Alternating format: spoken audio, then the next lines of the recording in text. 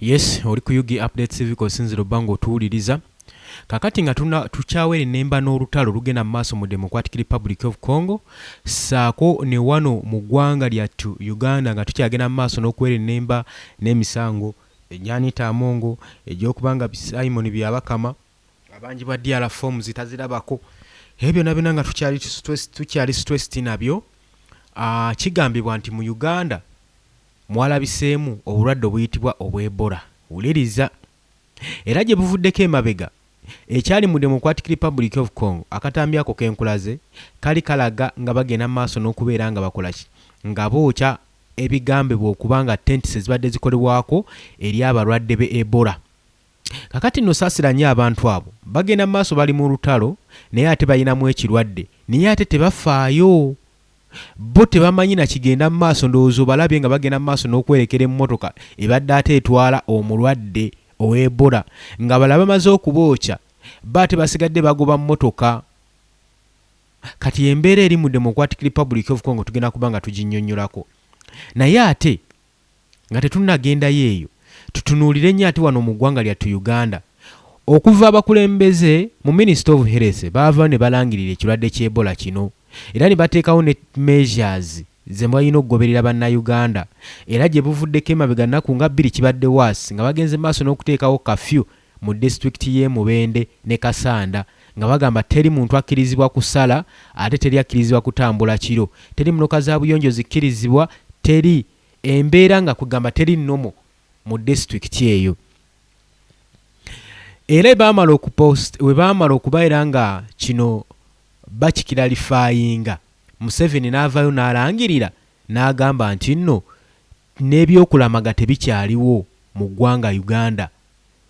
Omwaka guno teri kulamaga era n'akusazaamu ng'agamba Ebola ayitiridde mu ggwanga Uganda. Wabula bwe yakola posti eno amawanga ag'ebweru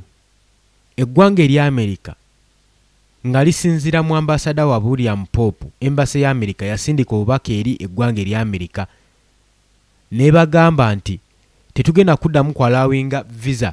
okuva mu East Africa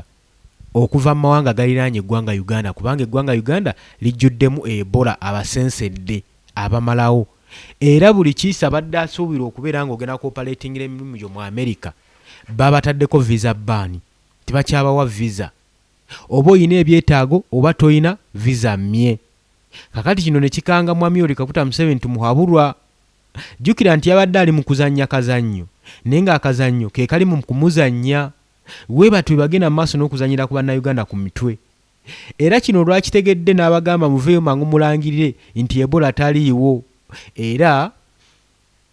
ngenda kubanga nkulaga obutambi ebigenda mu maaso mu gavumenti ya Uganda weewuunye ogambe bannange tulinga kwegamba abali oba ka organization nga kali awo ka primary ketulinga ketulimu kwegamba ebya Uganda byonna bisesa busesa era obitunuulira byonna n'onyeenya mutwe. Njagala otunuulira obutambi buno n'oluvannyuma tujja kweyongerayo. Oluvannyuma bano beebamu ku baali bawa obujulizi ku Ebola naye sooka owulire kati bye bagamba.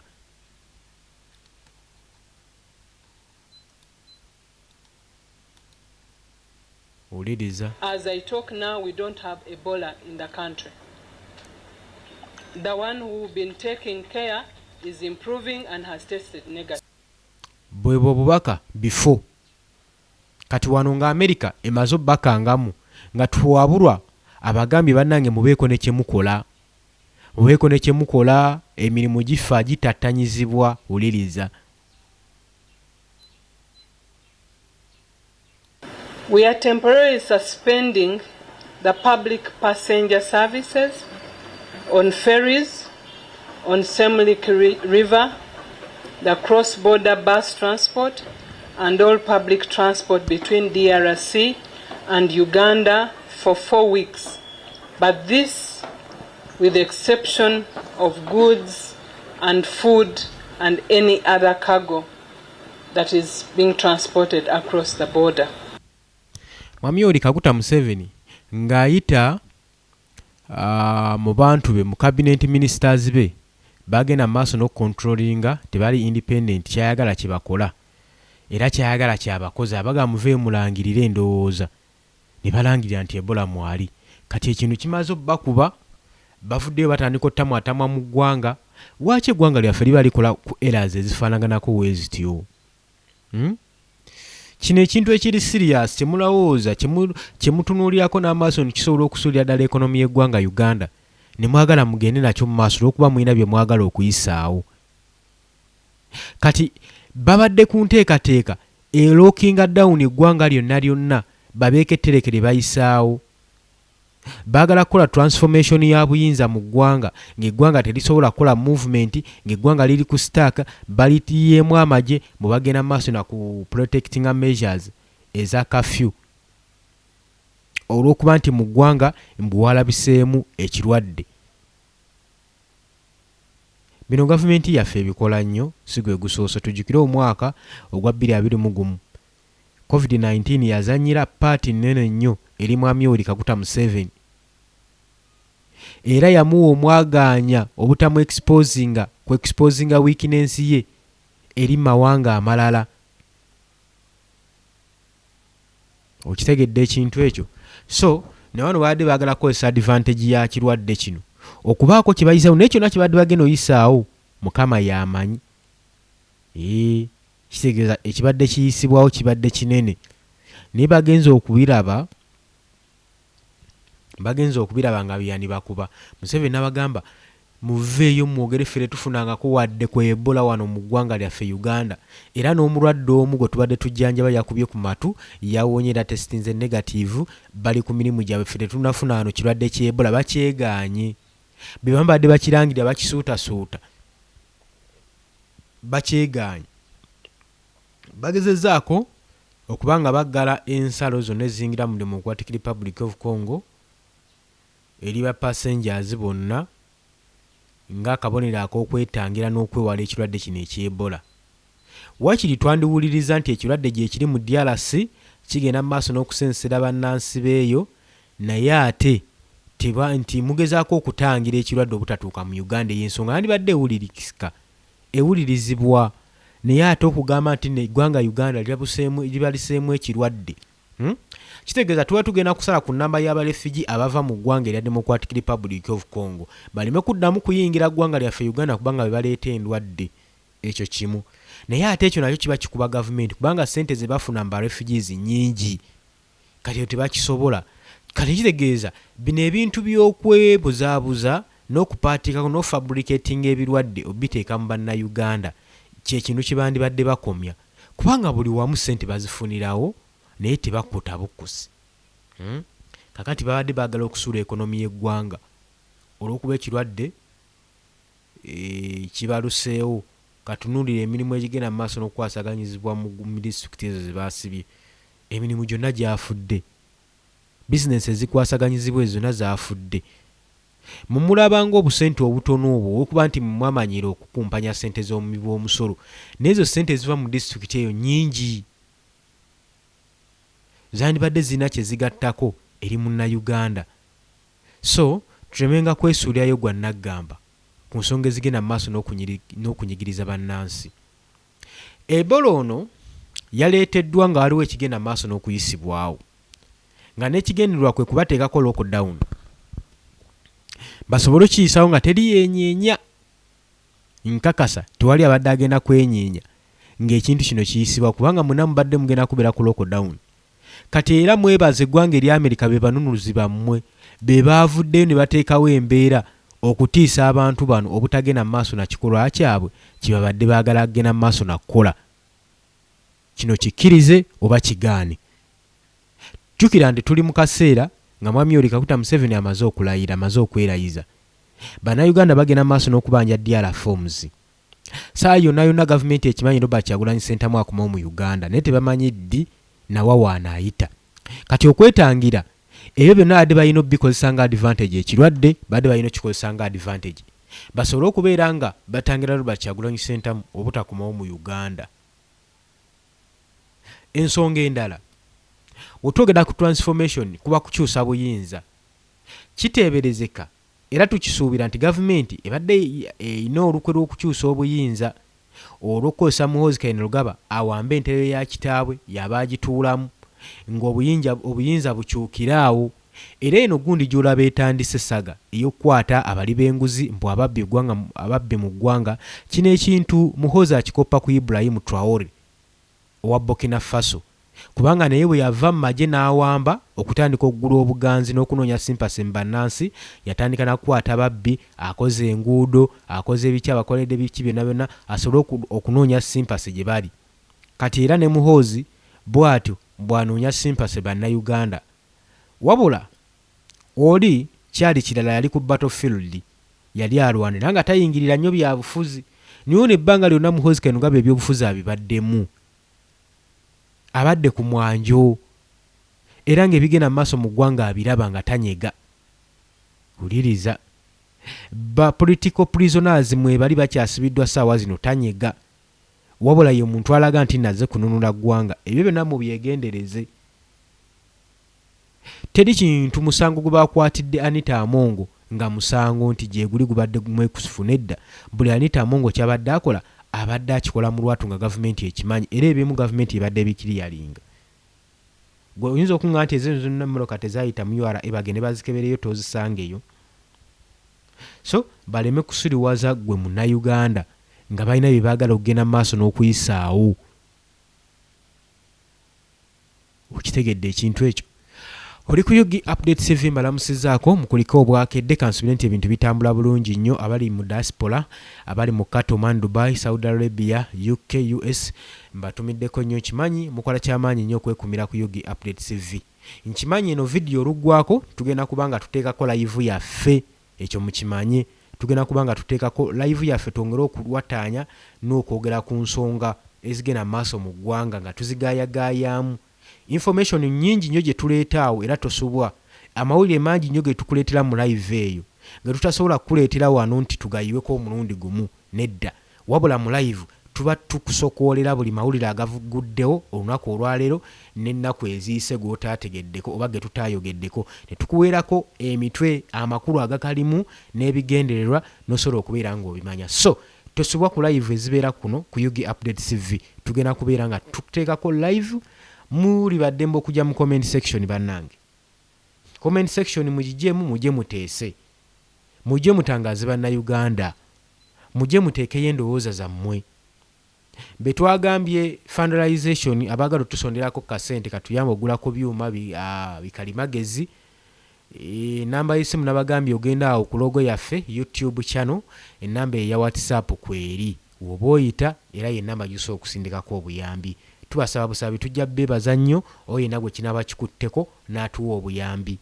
naye nga tukyagenda mu maaso n'okubanga tubalaga embeera butya eggwanga lye lyawambibwamu eggwanga liwambibwa mu ngeri ey'okwebuzaabuza nga bagenda maaso n'okubabuzaabuza nga ensonga entuufu bagibuusa omuguluka ne basiteeka akakookolo mu maaso muleme kutunuulira nsonga eyo era muleme gimala muleme gisimbako nnyo ssiira okitegeera eri ng'omukulembeze w'ekibiina kya National Unity Platform agenda maaso n'okutalagga abakulembeze mu State House byonna bye boogera n'ensonga zibagenda maaso n'okwogera eryo ligenda kubeera ggulira eddamba ngenda kuba nga ndikuleetera gye bujjakaawo nalyo ojja kuba oliwulira biki bye yayogedde bibuuzo ki bye bamubuuzizza suubi kiri bamulabamu eri bannayuganda ye Kyagulanyi mbubaka ki oba message ki gyawadde bannayuganda ebyo byonna tugenda kuba nga tubitunuulira nga byonna byonna tubyekkaanya byonna byonna nga tubiraba just gwe kyolina omumanya nti oli ku Yugi Update TV kw'osinzira obba ng'otuwuliriza era just kyolina okukola kwe kuteekayo nnyo omwoyo ky'olina okukola kwe kuteekayo nnyo omwoyo tusobole okubeera nga embeera tugikwatakwatako tugenda mu maaso n'okunnyonnyola ekigenda mu maaso mu ggwanga lyaffe Uganda omanye nawe woyinza otandikira okuyamba. Yes, kaakati ekirwadde kino eky'Ebola kye tubaddeko tebagenda mu maaso n'okikozesa nga bait okusobola okukakkanya bannayuganda n'okubakuumira awamu kubanga balina kye basuubira ekijja kye bagenda okuleeta ekiyinza okugugumula bannayuganda. Wuliriza, buli olabanga gavumenti ng'egolokose nebaako ekirwadde kyeyisanga naye ffe tukimanyi bulungi nnyo nti no tekinatuuka ku extent eyo gye bakiwaanirako era ne balangirira nti bagenda kuteekawo kafyu mu ggwanga ne batandikira mu disitulikiti ey'Emubende okubalaga nti n'ensonga eri siriyasi.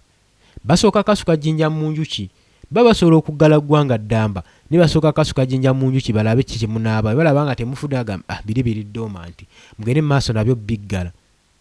Kati ye embeera egenda mu maaso mu Uganda.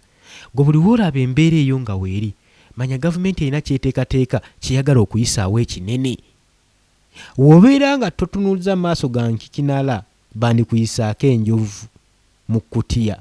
ng'obadde totegedde. Jjukira ke kaseera kokkayanira obuyinza, ke kaseera ka transformation, ke kaseera ba high ranking officers mu UPDF okuwummuzibwa bali mu kuwummuzibwa be twantulowooza nti nno bano nno mpagi Luwago asobola okuboggolako kino ekigaana mu maaso n'okukolebwa. Bonna bali mu kuwummuzibwa. Golowooza lwaki? Mu mwaka gwe gumu. Ate gwe guno omwaka gwe balangirira tebagwagalamu opposition. Tebaagalamu ludda luvuganya gavumenti. Bagenda kuba nga bamaze oddukuba ku ttaka. Naye yasooka okwogera ekyo ekigambo gwe kyasoose okuba ku ttaka Anita Among. So n'abalala mu byogere bye mwogera nga mwegendereza era mukimanye nti bino ebigambo by'omwogera birina kye bigenda okucontributinga ku kaliya yammwe ne ku destiny yammwe. Otegedde ekintu ekyo? Oli ku Yugi Update TV k'osinzira obba ng'otuwuliriza. Kati bba America bagambye bwe mubanga ddala Ebola mwali bavuddeyo ne balangirira ku CNN, Al Jazeera ne bapostinga posts ne bagamba teri muntu ava mu Uganda akkirizibwa kulinnya mu ggwanga lya America. Kyokka n'aga amawanga agaliraanyewo agaliraanye banneyiba ba Uganda temubakkiriza ku accessinga visa zibatwala mu America olw'ensonga nti no ekirwadde kyasenseredde dda mu Uganda kiri mu bba malaawo kibasaanyaawo eky'Ebola. Olaba ensonga emu gy'oba okoze ng'ey'obulimba ng'olina ky'oyisaawo esobola okuzingamya abantu bangi kati ezingamizza mawanga. Amawanga agaliraanye Uganda gammiddwa visa lwa bigambo just ebyayogeddwa mu Yoweri Kaguta Museveni ne kabinenti ye nti mu Uganda tulinamu Ebola. Kati ne banaavayo batyo bamatiza nti no mu Uganda temuli Ebola si byakaakati bwe si byakuggwa. Be bammye visa zibakansolinze baba bazikansolinze. Tuli bumu. Oli ku Yugi Update TV k'osinzira obba ng'otuwuliriza. Kankutereka akatambi kano akamwami Yoweri Kaguta Museveni tumuwabulwa tubbe nga tweyongerayo. Watching CNN spreading fear through ignorance. Ebola is much easier to control than corona. Corona was one of the biggest problems in the world. Watching CNN spreading fear through ignorance.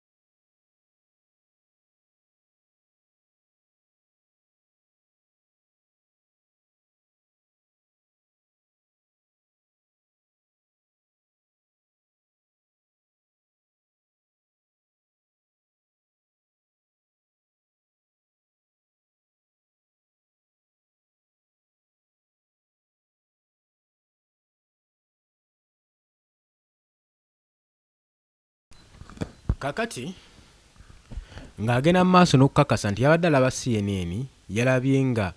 bagenda mu maaso n'okuba nga balaga obutiitiiza basajja abazungu abo nti ebola ye agamba nti yes niwankubadde ebola waali tetukigaana naye ebola akontrolingibwa ali much so easier mwangu nnyo kontrolingibwa n'okusinga covid-19 ye yali omuzibu agamba mu pandemic ze yali alabye covid yali muzibu nnyo kubanga ye yali akwatagana na kussa naye kati ono ebola basobola omukonteininga tekiri awo nti nno kitiisa era Uganda ezimu ku ggwanga ezasinga okontrolinga covid mu nsi yonna so nga agamba kati kano akaliwo just kasamambiro tekabatiisa ebola terina kyeyinza kubatiisa wuliriza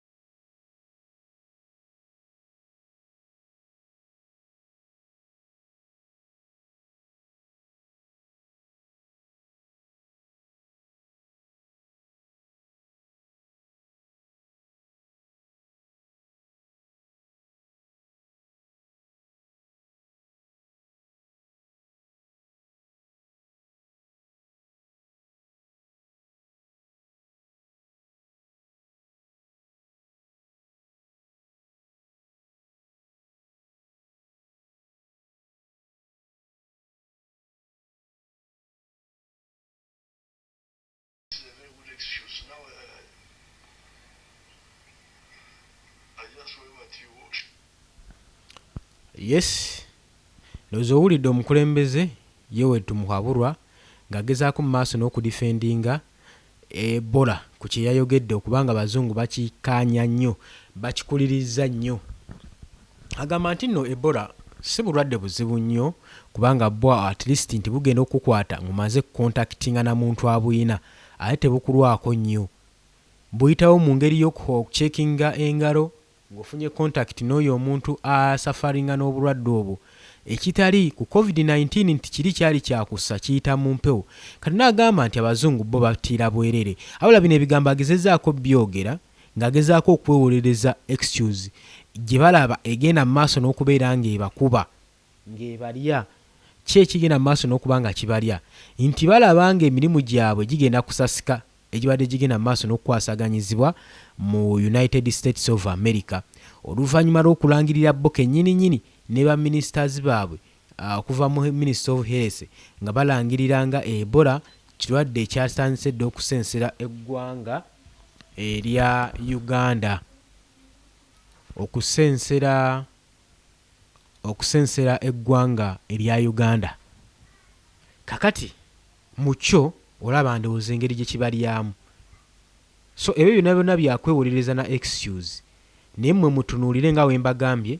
nti buli wabeerawo excuse nga zino wabeerawo ekinene ekigenda mu maaso n'okukola ki n'okuyisibwa oli ku UG Update TV kosinzira oba ng'otuwuliriza kakati bino byonna byonna tubyogedde naye twagala tutunuulire ensonga eno etandikirawa evaawa bino byonna byonna tubyogera naye obulwadde obw'Ebola tusaasire nnyo ate kugamba obulumi bwa bannaabwe batandise okuba nga babusekeramu nga babufuniramu advantage kino ekiri mu Democratic Republic of Congo lino si ssanyu tunuulira olabe bo bali serious ekirwadde gyekiri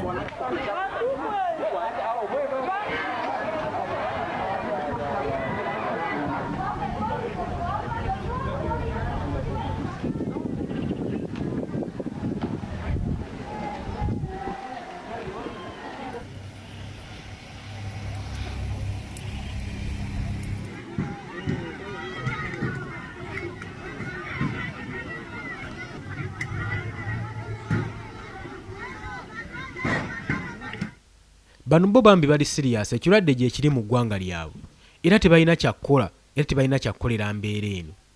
wabula olw'okuba tebamanyi olw'olutalo olugenda mu maaso bo bino babitunuulira n'obitunuulira nga just like this it's like oba ki kugamba tebalina nakye balabawo basajja battu na bakazi battu already bakimanyi bulungi nti bino baali babisuubira amawanga gataggwamu ntalo nga buli kadde emirambo giyiika endwadde nnyingi zirabika mu kitundu ekyo muve biri baali bagamba simanyi Ebola nkima ze zireeta obulwadde buno mu Uganda temuli enkima mweziri naye eggwanga kasita teriggwamu ntalo nga buli mwezi emirambo egitokomoka ate ne gitabaalingibwa mingi nnyo mu ggwanga suubira obuzibu obw'ekika bwe butyo so embeera eyo weeri olw'ensonga nti gavumenti yaabwe ate era ne DRC Congo ggwanga ggazi nnyo teyisobola kumanagingibwa by one gavumenti ya Kinshasa tesobola kumanaginga ggwanga lya DRC lyonna ekyo tukkirize oba tugaane kyobola n'abayeekera bafuna omwagaanya ne basiisira mu bibira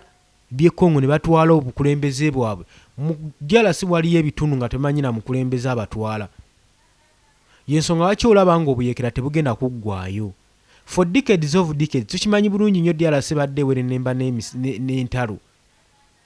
ez'abayeekera eri bu Islamic States weetyo eggwanga lino lirina ebizibu by'endwadde saako n'entalo naye nga nkugambye ekibireeta nti poor management DRC oba olitunuddemu eggwanga eryo lyalisaanidde okusalwamu ne libeerako amawanga nga ana okulimanaginga obulungi osanga zino zonna endwadde tezijja kuddamu kukola ki kusangibwayo naye olw'okuba nti entalo ebyobugagga naye tebiganya kuteekawo good governance mu ggwanga eryo so kigenda kubeera kizibu nnyo kugamba nti bajja kulwanyisa obulwadde buno babumalewo kijja kubeera kizibu si gwe gusoose kyenkana oluvannyuma lwa myaka ng'ebiri tulaba obulwadde buno nga bubalukawo mu DRC kyokka ebubalukawo oluusi ne mu Uganda bugenda mu maaso n'otwafekitinga okuliraana booda si muno mu Central Uganda si Luda naye wabula okuliraana booda kati ebuba buvunaanyizibwa bwa gavumenti okumakinga sure nti bonna bonna abasala ku booda eyo tebakaringa kirwadde kino kiyingiza mu ggwanga munda otegedde ekintu ekyo so si gavumenti kusiba mirimu gy'abannansi mu ngeri weetyo bw'okuba waliwo epidemiki egenda mu maaso mu ggwanga Uganda ery'ekirwadde ky'Ebola oli ku UG Update TV nyongera okujjukiza ku osinzira obba ng'otuwuliriza gwagala otweyungako nagambye dda kirira wansi waliwo ekigambo subscribe kikoneko abali emitalo w'amayanja mbatumiddeko mwe bali kubeezaawo mayengo ga channel eno mwe bali kubeezaawo UG Update TV mwena mbatumiddeko bannamawulire bannange Red Zone TV Uganda 1 Shama Fati nawe nkutumiddeko nnyo nkimanyi mubeerako nga muwuliriza mu abamu kubasinga okusharinga miramwa gye tuba tugenda mu maaso n'okubeera nga tutangaaza ku bannayuganda banange mbagaliza olunaku olulungi kansuubire nti nno olwaleero ebintu binaabatambulira bulungi munzikirize tukomaawo mbagambye oluva wano tugenda kuba nga tuteekako live okwogera ku nsonga eziwerako nyingi nnyo tosubwa gwe tegeeza munno abategeka okusharinga mwetegese okusharinga mwetegeke mubere nga musharinga mbagaliza olunaku olulungi mweraba